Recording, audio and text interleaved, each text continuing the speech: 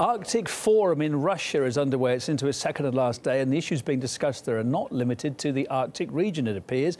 During the session, Vladimir Putin answered some questions on US-Russia relations. Take a listen. I just want to be very clear about this.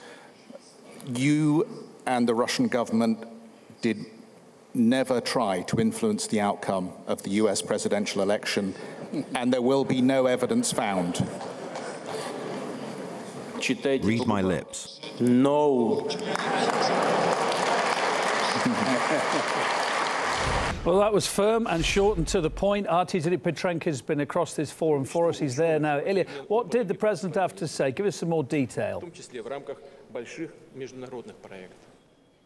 Kevin, hi again. Just as you were saying, the issues of the northern regions of the northern hemisphere, discussions on them quickly turned into a very pacey Q&A for Vladimir Putin on US-Russia relations. Now, let's just go through some of the other things Vladimir Putin had to say. He admitted that the relations between the two countries have reached rock bottom, although he is saying that for the Russians, the US remains a great nation that Moscow really wants to be genuine friends and partners with. Although, according to the Russian leader, there are some in the US who are trying to win political gains through playing what he called the anti-Russian card. Now, Mr. Putin also pointed at the difference how the ambassadors of the two countries are being treated in Russia and the US. He personally welcomed Mr. John Teft, who is Washington's ambassador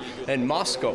Vladimir Putin says that during the forum, he was able to talk to many different Russian officials and top businessmen, while when it comes to Mr. Kislyak, that's Moscow's ambassador in Washington, every meeting that he has with some kind of U.S. official by some people in the U.S. is portrayed as some kind of spy get-together, and this is what really Vladimir Putin slammed. Now, earlier also, the president said that Moscow doesn't see any potential conflict in the Arctic, even in the determining of borders, because we do understand that with the global warming, everyone does want to get a slice of that Arctic pie. We understand that the ocean is melting, and by 2014 it is predicted to be ice-free for an entire month of the year.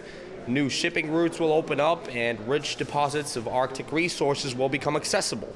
So the main prize for those whose interests there would be the vast reservoirs of oil and gas that are thought to be concealed under the ice. And the rest of the forum was a lot about environmental issues, about transport issues, things that I have mentioned. Now, a little later in the program, watch my report from inside the walls of the International Arctic Forum in Arkhangelsk. Yeah, there's a lot of interesting topics coming up there, potentially tricky ones as well, so it's good to see it's being covered and tackled at early stages. Ilya Petrenko from the Arctic Forum in Russia's northwest, thanks for the update for now. We look forward to your report, and just to remind our viewers as well, you can watch Ilya's report from the Arctic Forum a little bit later, as he said, this hour.